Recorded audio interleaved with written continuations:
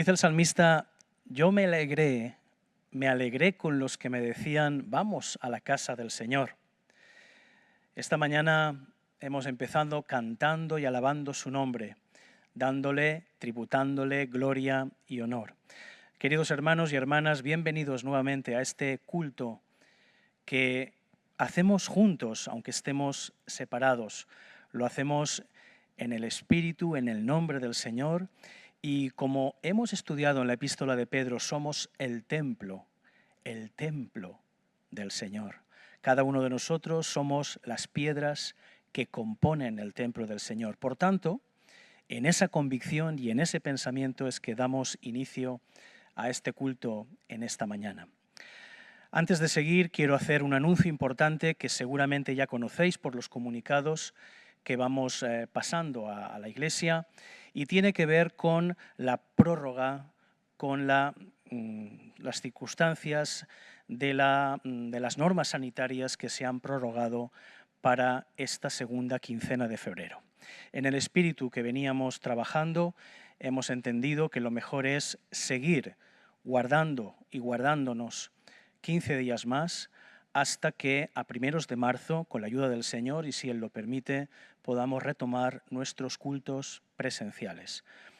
Es así que los próximos jueves 18 y 25 de febrero y también los domingos 21 y 28 estaremos juntos, pero en cultos virtuales que los podéis seguir tanto por la plataforma Zoom como por el canal de YouTube. Cuando termine esta celebración os lo recordaremos de nuevo mediante un anuncio para que todos estéis bien informados sobre esta cuestión. Quiero leer unas palabras del prólogo del Evangelio de Juan que dice así: En el mundo estaba la palabra, y aunque el mundo fue hecho por medio de ella, el mundo no la conoció. Vino a los suyos, la palabra, y los suyos no la recibieron. Pero a cuantos la recibieron y creyeron en ella, les concedió el llegar a ser hijos de Dios. Estos son los que nacen no por generación natural, por impulso pasional o porque el ser humano lo desee, sino que tienen por Padre a Dios. Y la palabra se encarnó y habitó entre nosotros, y vimos su gloria, la que le corresponde como Hijo único del Padre, lleno de gracia y de verdad. Gracia y paz, decíamos la semana pasada, os sean multiplicadas. El Señor ha derramado y quiere seguir derramando su gracia sobre nosotros. Esta palabra verdad en el hebreo también se puede traducir por confianza, por fidelidad. Verdad, confianza, fidelidad.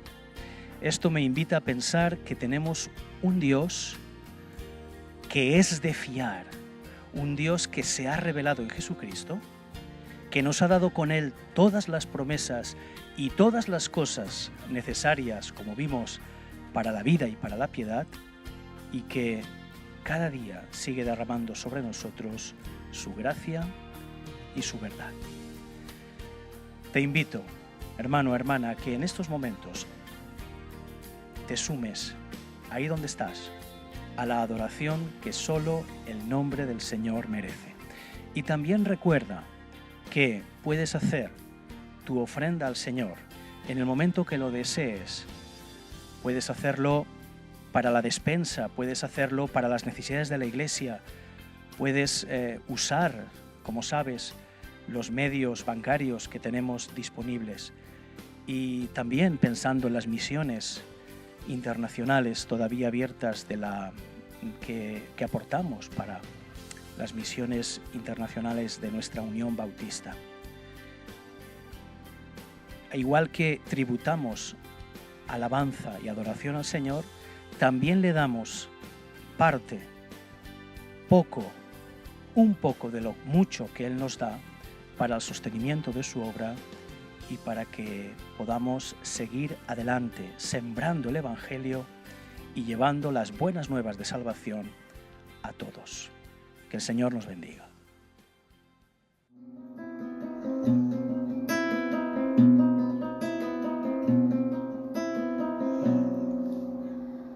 Voy a explorar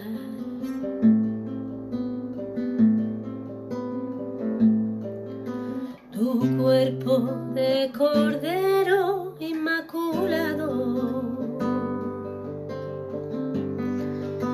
que quiero encontrar un lugar donde lavar pecado. Voy a explorar tu huerto de granadas y manzanos. Voy a buscar donde apacientas por el mediodía, que quieren honrarte mis labios para endulzar el alma mía.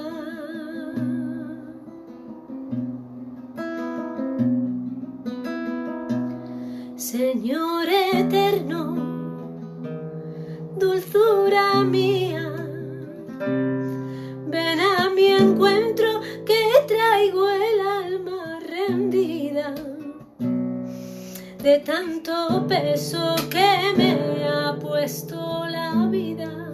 Me falta un beso y me sobra una despedida.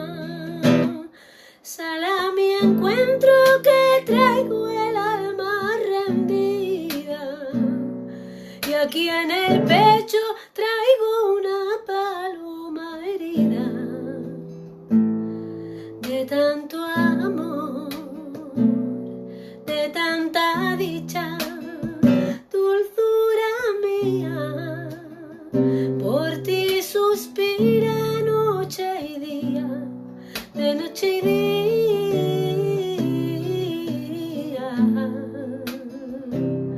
El alma mía.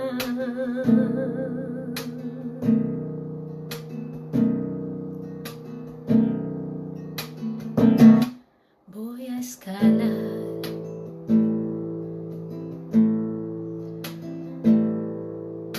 tu cuerpo de marfil enzafirado,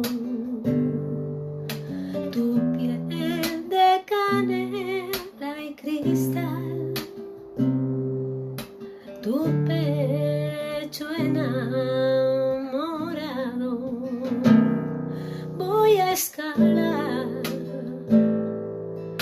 tus piernas como columnas de mármol. Voy a escalar hasta tu boca que destila mirra,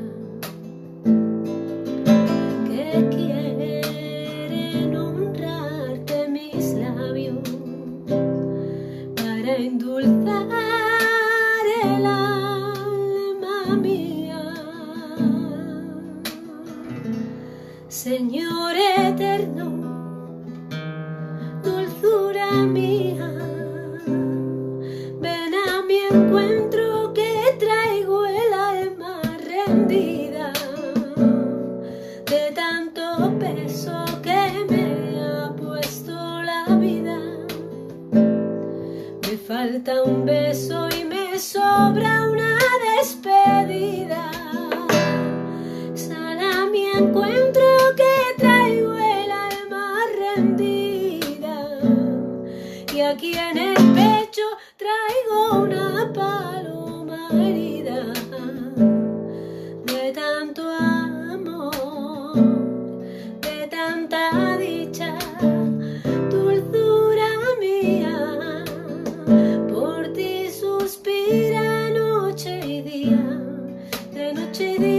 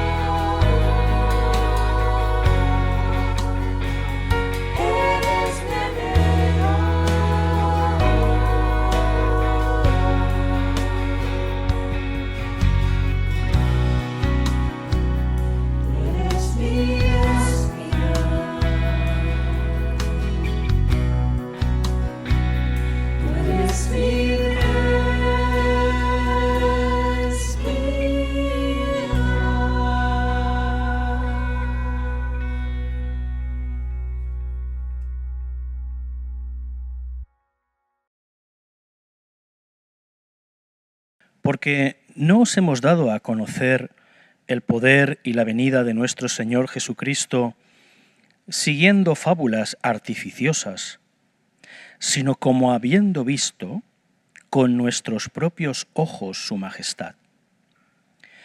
Pues cuando Él recibió de Dios Padre honra y gloria, le fue enviada desde la magnífica gloria una voz que decía: Este es mi Hijo amado, en el cual tengo complacencia.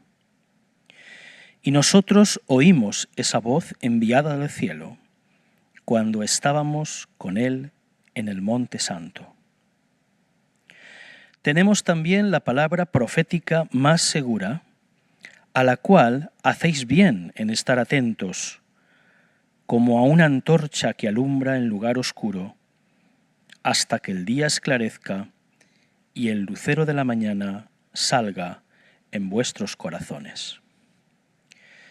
Entendiendo primero esto, que ninguna profecía de la Escritura es de interpretación privada, porque nunca la profecía fue traída por voluntad humana, sino que los santos hombres de Dios hablaron siendo inspirados por el Espíritu Santo.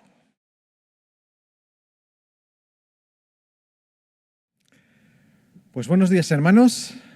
Quisiera comenzar la predicación de hoy con una imagen a la que me gustaría que prestarais atención. Es una imagen que quizás os pueda llegar a sorprender, pero quisiera comentarla como ilustración para introducir el mensaje de hoy. Si os fijáis bien en esta imagen, es la imagen de un animal, un calamar bizco.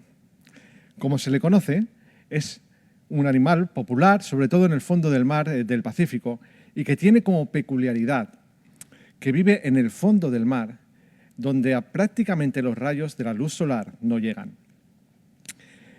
Y como veis, el nombre alude a una característica que es extremadamente diferente, son los ojos. Como veis, este calamar tiene un ojo que va mirando profundamente a la parte de abajo, a la profundidad del mar, y tiene otro ojo que está enfocado hacia la luz solar. Y esto es así porque es una ilustración perfecta también para el mensaje de hoy de lo que significa vivir en nuestro mundo presente y también de la esperanza que tenemos como cristianos. Puesto que vivimos en este mundo con un ojo mirando hacia abajo, hacia la realidad más necesaria para subsistir, pero también vivimos mirando hacia arriba, hacia la luz, para evitar que la realidad de abajo también haga de depredador nuestra. Así es que este es el mensaje que de alguna manera Pedro nos insta a vivir, que vivamos en sintonía con estas dos realidades. Sabemos que tenemos una realidad cercana, una realidad que nos rodea, que es la realidad del pecado y en la que tenemos que vivir día a día para conseguir subsistir. Pero también hay un llamamiento profundo, intenso, a buscar esa luz que nos da también algo diferente para vivir. El pasaje que acabamos de leer comienza exhortándonos precisamente a escuchar las últimas palabras que, como vimos la semana pasada, son unas palabras que reflejan un deseo, una última voluntad.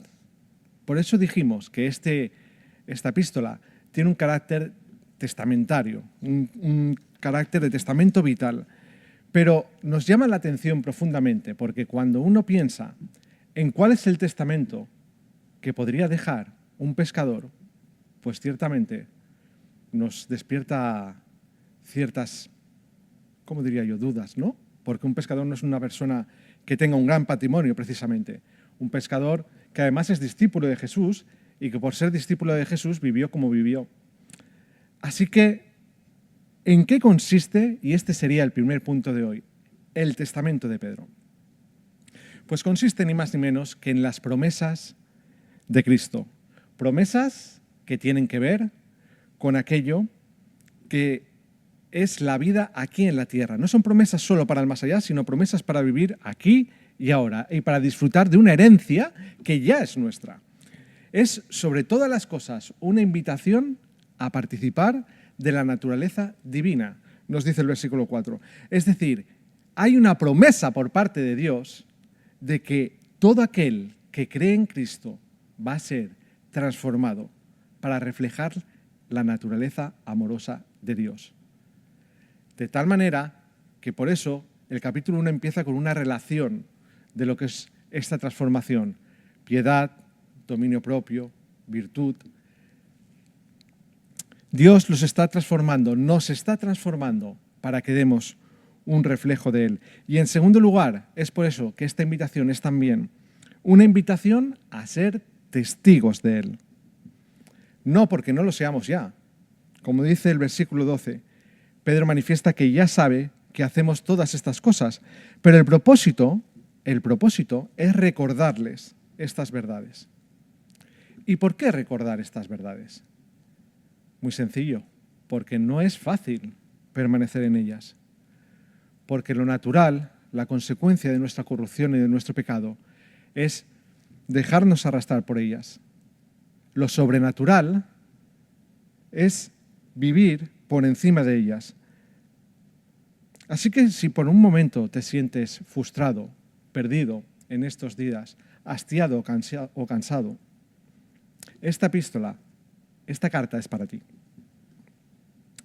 Porque nosotros, al igual que los primeros cristianos, también vivimos una persecución. Una persecución que no tiene que ver con nuestras vidas ni con nuestra integridad física, pero sí vivimos en una intensa persecución de valores.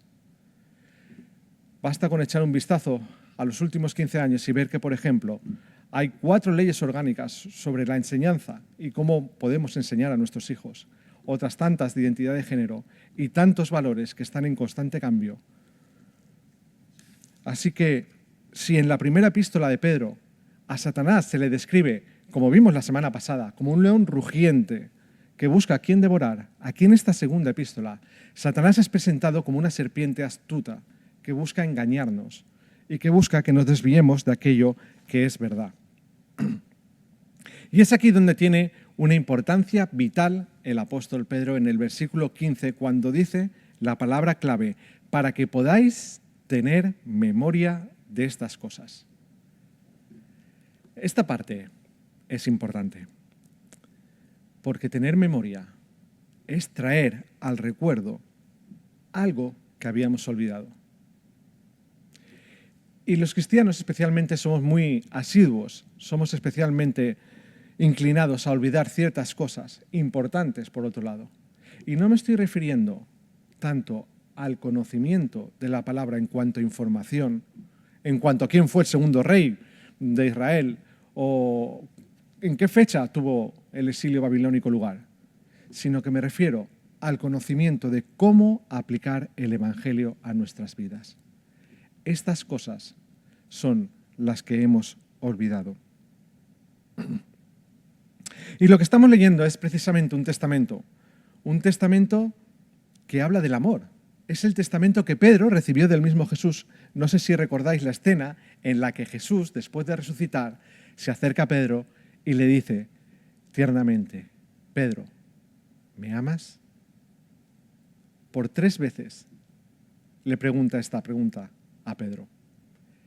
Y Pedro ahora, de los versículos del 12 al 15, por 3 veces nos dice, de la misma manera, es necesario que recordéis este testamento que yo recibí, el testamento del amor.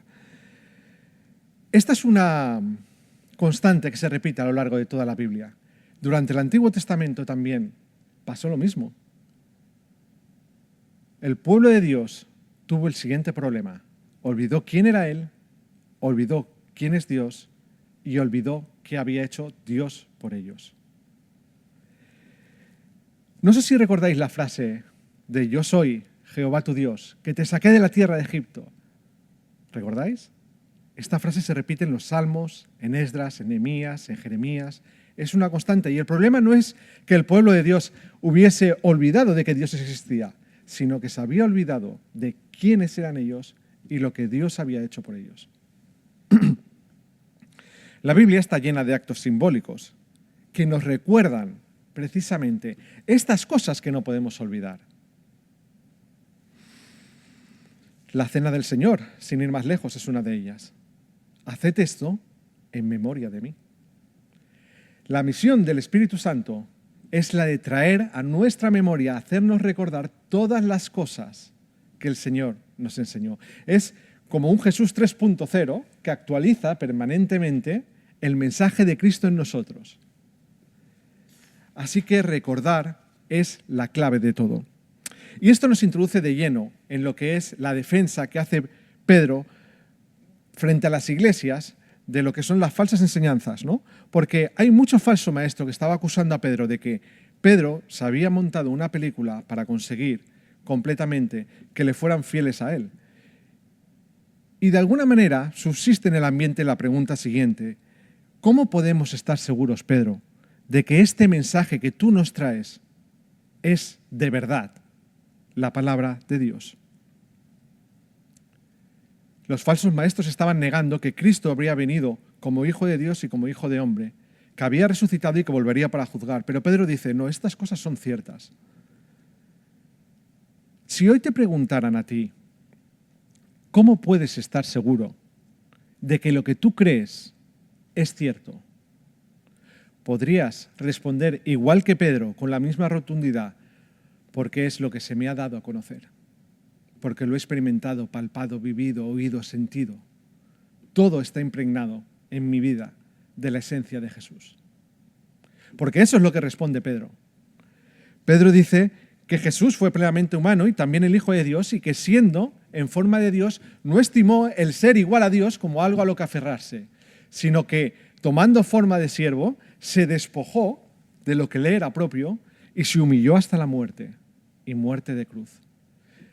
Y gracias a esa obediencia, Dios le levantó de los muertos y ahora está con él reinando. Y volverá para juzgar. Y ese es el mensaje de Pedro. ¿Y cómo lo sabes, Pedro? Permíteme que te insista. Y Pedro le contesta, no solo lo creo, lo sé, porque es mi experiencia. La experiencia del monte de la transfiguración. De tal manera que Pedro le dice, y escucha, no solamente presta atención a mi experiencia, sino que hay otras muchas pruebas que ahora vamos a ver. Yo te cuento lo que se me ha dado a conocer. Y esto nos introduce de lleno en el segundo punto, que tiene que ver con la valía y con lo que es la fiabilidad de este testamento. Fijaos lo que dice el versículo 2 del capítulo 1 de Lucas. Dice así, dice, tal como nos lo enseñaron los que desde el principio lo vieron con sus ojos y fueron ministros de la palabra.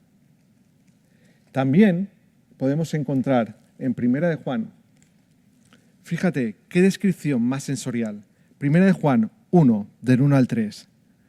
Lo que era desde el principio, lo que hemos oído, lo que hemos visto con nuestros ojos, lo que hemos contemplado y palparon nuestras manos tocante al verbo de vida. Podemos incluso imaginarnos a Tomás palpando, tocando el costado de Jesús, experimentando cómo las heridas estaban ahí. De manera que Pedro está empezando a desarrollar las pruebas que son realmente el sustento de la veracidad de todo el mensaje del Evangelio. ¿Cuáles son estas pruebas? ¿Cuáles son las pruebas que Pedro aporta para probar que Jesús es Rey, que resucitó y que volverá en toda su gloria? La primera tiene que ver con el testimonio presencial de Pedro y de otros muchos. En cualquier procedimiento que uno trata de probar algo, el testigo presencial siempre es la prueba más clarividente de todas ellas.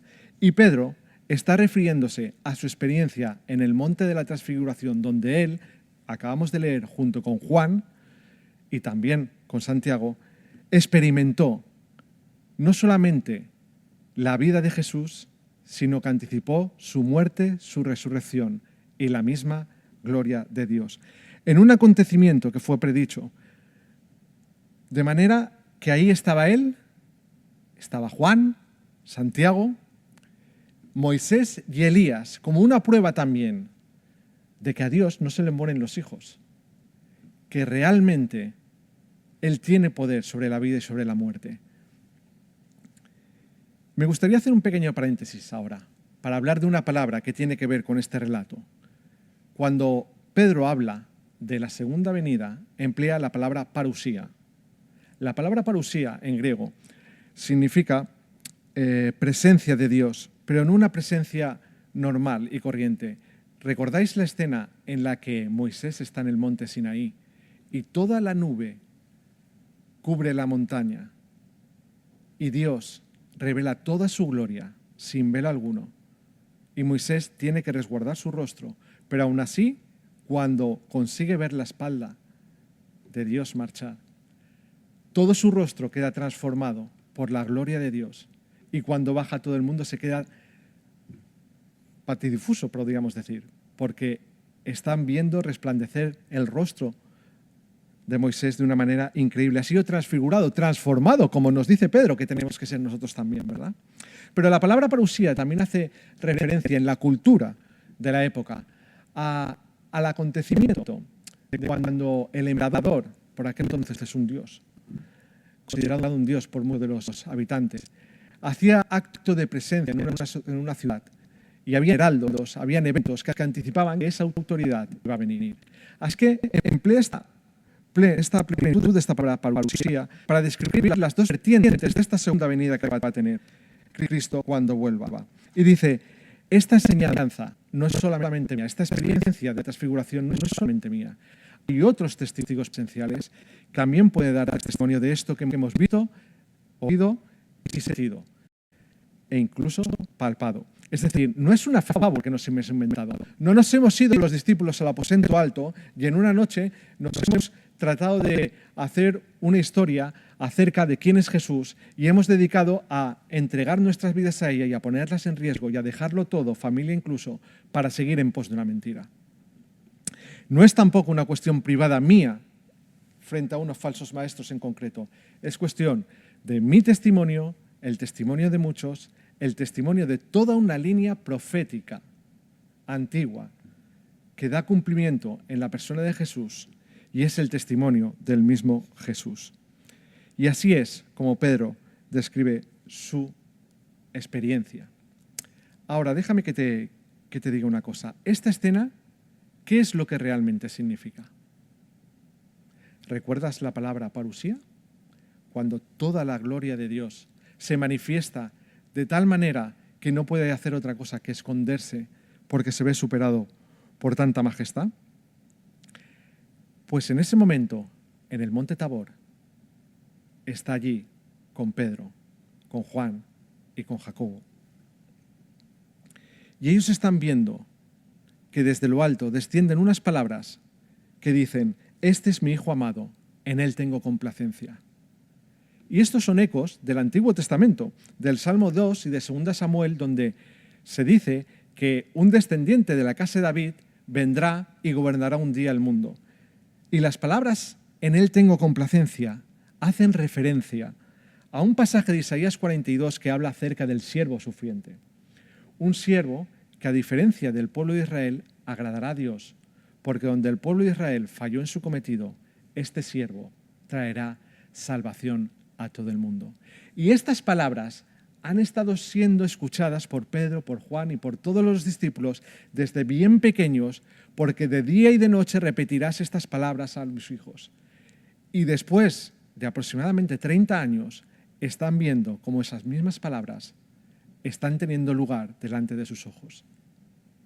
¿Te puedes imaginar, os podéis imaginar, el impacto de ver toda esa enseñanza consumada en un acto como el de la transfiguración delante de sus ojos? ¿Podrías tú callar después de ver esto? Ahora bien, ¿cómo se conecta este acontecimiento, el de la transfiguración, con la segunda venida? ¿Y qué tiene que ver con nosotros hoy, sobre todo? Pues muy sencillo. Lo que Pedro, Juan y Santiago vieron, oyeron y creyeron, cuando se produzca la segunda venida de Cristo, todo ojo lo verá y todo oído lo oirá y todo el mundo podrá ser testigo de la gloria y de la majestad de Dios. Y si eso no fuera suficiente, tenemos la segunda prueba. Pedro dice, además, tenemos también la palabra profética más segura, prueba presencial testifical y prueba documental, la palabra profética más segura. ¿Pero qué significa esta palabra? La palabra profética más segura. ¿Y por qué es segura? Es segura porque en primer lugar no contiene ninguna opinión personal o privada revelada a una persona en concreto en un momento. Es decir, no se produjo un acontecimiento en el que alguien tuvo una alucinación bucólica en medio de un valle y tuvo un pensamiento acerca de la presencia de Dios y de cómo es Dios y empezó a imaginar cosas y las escribió en un papel y las fue pasando para que fueran de unos a otros hasta que llegó a convertirse en una filosofía. Eso no fue así. Es segura porque ellos hablaron de cosas que no eran por cuenta propia. Ellos no hablaron de sus emociones, no hablaron de sus intuiciones, hablaron de que iban a ser condenados, sino que fueron utilizados por Dios para llevar el mensaje de Dios. La palabra correcta, no me atrevo a decirlo en griego, pero es inspirados. Inspirados significa que es guiado, cargado. Hay un texto en Hechos que quizás nos arroja un poco de luz. Cuando se aplica a un barco, se emplea esta palabra, inspirados. Es un barco de velas. ¿Y qué ocurre con un barco de vela? Cuando sopla, el viento es llevado en la dirección que el viento quiere. Y se somete a las leyes del viento. Y no puede hacer otra cosa que dejarse dirigir por el viento. Pues esa es la palabra que se utiliza para decir que los autores fueron también aquí inspirados. Y así sucede con la palabra profética. No es un asunto de Pedro, no es un asunto de los discípulos, sino que ellos fueron instrumentos, personas elegidas por Dios. Sí, Dios interviene de una manera directa en sus vidas para decirles de una manera concreta y personal, de manera que la mente de Dios y la mente del autor forman una única identidad, una unidad para comunicar todo el mensaje de Dios. Es la única manera de entender que más de 300 profecías predichas con 1500 años de antelación pudieran tener lugar en el cumplimiento de la venida de Cristo. Y Dios les inspiró de esta manera. ¿Y cuál es la consecuencia final de todo esto? Ese es el punto tercero de nuestra predicación. El papel de la palabra profética. ¿Cuál es la consecuencia de todo esto? Pues siguiendo la metáfora del testamento, la consecuencia es clara. Pedro nos insiste, por tanto, hacéis bien en adjudicaros todos estos bienes espirituales. No tenéis que renunciar a ellos por temor a que sean falsos, porque son ciertos. Y para explicarnos cómo funciona esta transformación que Dios hace en nosotros, nos trae una ilustración que es muy clarificadora, la ilustración de la antorcha. Una antorcha que ilumina progresivamente según va avanzando todo aquello que está en oscuridad. ¿Cierto? Es como cuando antiguamente usábamos los negativos en las cámaras de fotos, de manera que cuando tú sacabas el negativo todo estaba oscuro, pero cuando le aplicabas una luz detrás, la imagen se revelaba y todo lo que estaba oculto ahora es sacado a la luz. Esto es lo que hace la palabra de Dios. Allá donde había oscuridad, allá donde había pecado, allá donde había preocupación, tragedia y sinsentido, la palabra de Dios anuncia que está dentro de un plan y anuncia algo mucho mayor. Trae a la luz los planes de Dios para nosotros hoy. Según va avanzando, lo que está oculto va siendo revelado. Hasta que el día va avanzando de tal manera que va amaneciendo y conforme va amaneciendo, la claridad es mayor, ¿no? Es lo que nos dice. Es decir, lo que la palabra va iluminando nos va despertando con los ojos espirituales y nos va diciendo que lo dicho y lo cumplido en Jesús es cierto, y si es cierto, también lo será que ha de volver, y también lo será que juzgará este mundo. Y el día del Señor, el día que eso acontezca, no solamente será un día de esperanza y de gozo para nosotros, porque se habrán visto cumplidas las esperanzas, sino que también será un día de gozo para la tierra en el sentido en que Dios intervendrá directamente, pondrá su mano para detener el mal y la injusticia. Y ese día lo verá todo hombre y ese día está más cerca de lo que pensamos, mucho más cerca de lo que pensamos. Igual que intervino abriendo las aguas para el pueblo de Dios, Dios intervendrá y pondrá su mano para detener el mal y la injusticia tendrá su final. Y el Señor, a partir de entonces, reinará por siempre, en verdad y en justicia auténtica. Por tanto, ¿qué hace la palabra de Dios? Trae luz a los planes de Dios, sus propósitos para salvar y rescatarnos y para hacernos vivir hasta que el día esclarezca, como un amanecer, donde la luz de la aurora también se va completando. Ninguna sombra ni oscuridad habrá ya entonces. El día de hoy, donde la muerte y el pecado campa a sus anchas, donde todo está caído, donde hay fatiga y cansancio, habrá una esperanza renovada y sabrás con certeza que Cristo está al frente de todo. Pero mientras el Señor permite que ese día llegue, mientras permite que otras personas tengan la oportunidad de arrepentirse y de ver cuáles son los planes de Dios para salvación en este mundo, nosotros tenemos el deber de vivir como si fuéramos testigos de esa luz. Tenemos que vivir como si ese día hubiera llegado ya, reflejando su naturaleza divina. Por eso me gustaría dejarte con una última cuestión, que es el quid de toda cuestión. ¿Cómo vamos a vivir? ¿Vamos a vivir sumergidos en la oscuridad, mirando hacia abajo? ¿O vamos a vivir mirando hacia arriba? Contagiados por el día.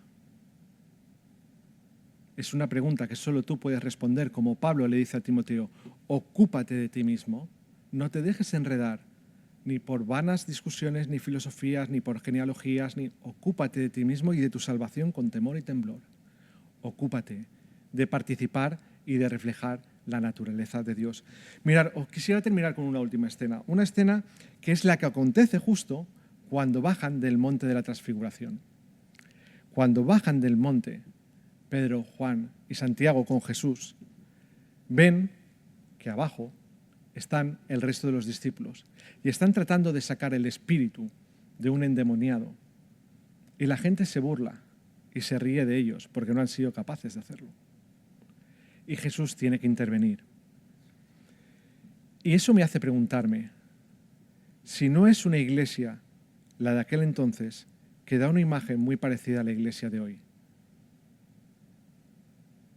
Esta es una pregunta que luego podemos dar respuesta en la escuela dominical, que voy a dejar ahí para que reflexionemos. ¿Dónde está su iglesia hoy? ¿Está trayendo el reino de los cielos mediante su testimonio? Porque estamos viviendo en un mundo controlados y agobiados por la fuerza del mal. Y si nosotros somos los primeros que hemos perdido de vista cuál es nuestro propósito, que caminamos hastiados, angustiados y preocupados, ¿cómo somos capaces de llevar la esperanza a otros? Es tiempo de recordar.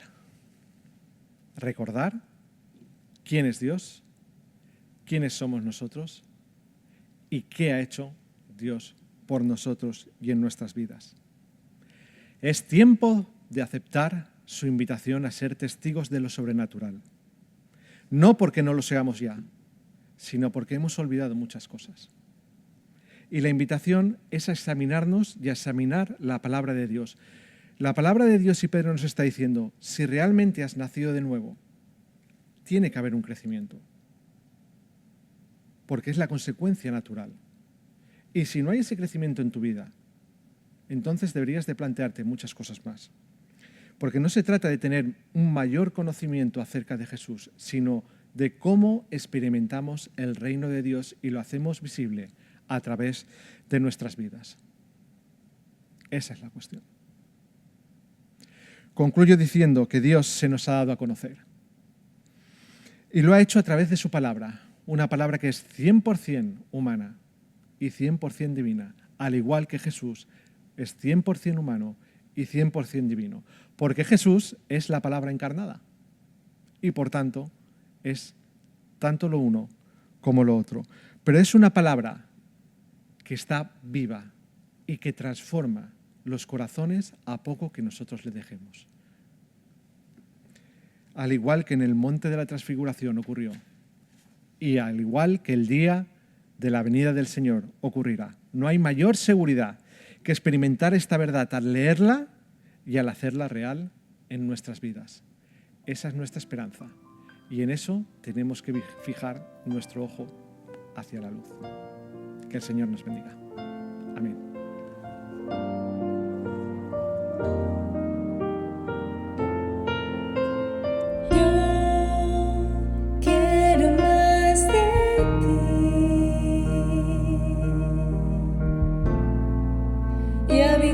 En tu presencia, menguar para que crezcas tú y cada día ser más como tú. Yo quiero más de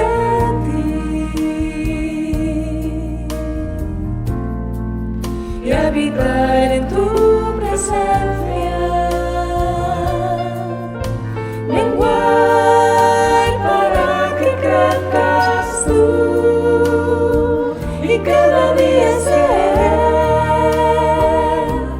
más como tú. Quebranta mi corazón, quebranta mi vida, entrego mi voluntad a ti. Todo lo que soy, Señor, todo cuanto tengo es tuyo. Yo quiero menguar para que crezcas tú. Quebranta mi corazón, quebranta mi vida, entrego mi voluntad a ti. Todo lo que soy, Señor, todo cuanto tengo es tuyo. Yo quiero menguar para que crezcas tú. Yo quiero menguar para que crezcas tú. Yo quiero menguar para que crezcas tú.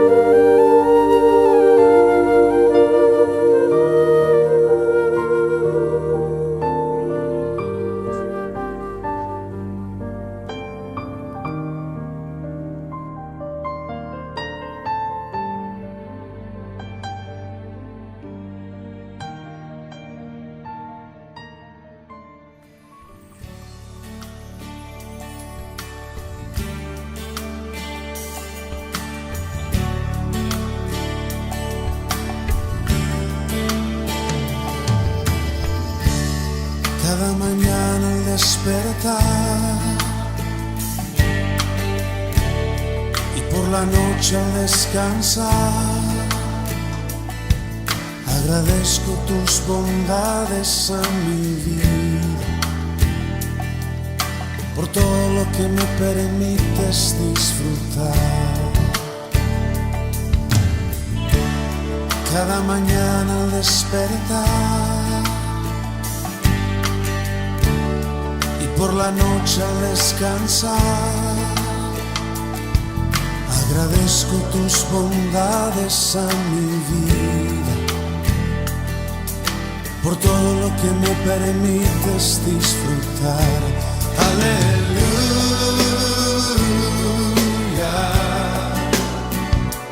aleluya, aleluya.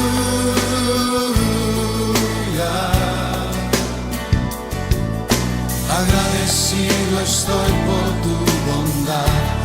Aleluya,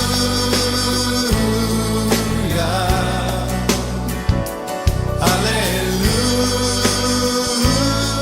Por lo demás, hermanos, tened gozo, perfeccionaos, consolaos, sed de un mismo sentir y vivid en paz.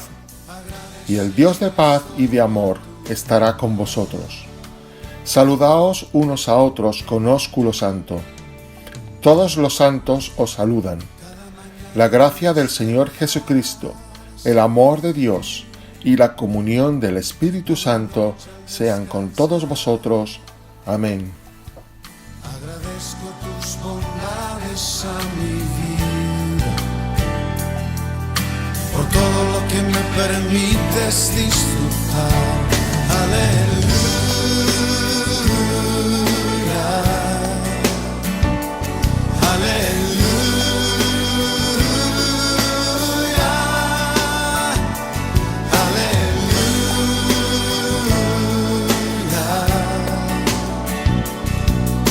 Agradecido estoy por tu bondad. Aleluya.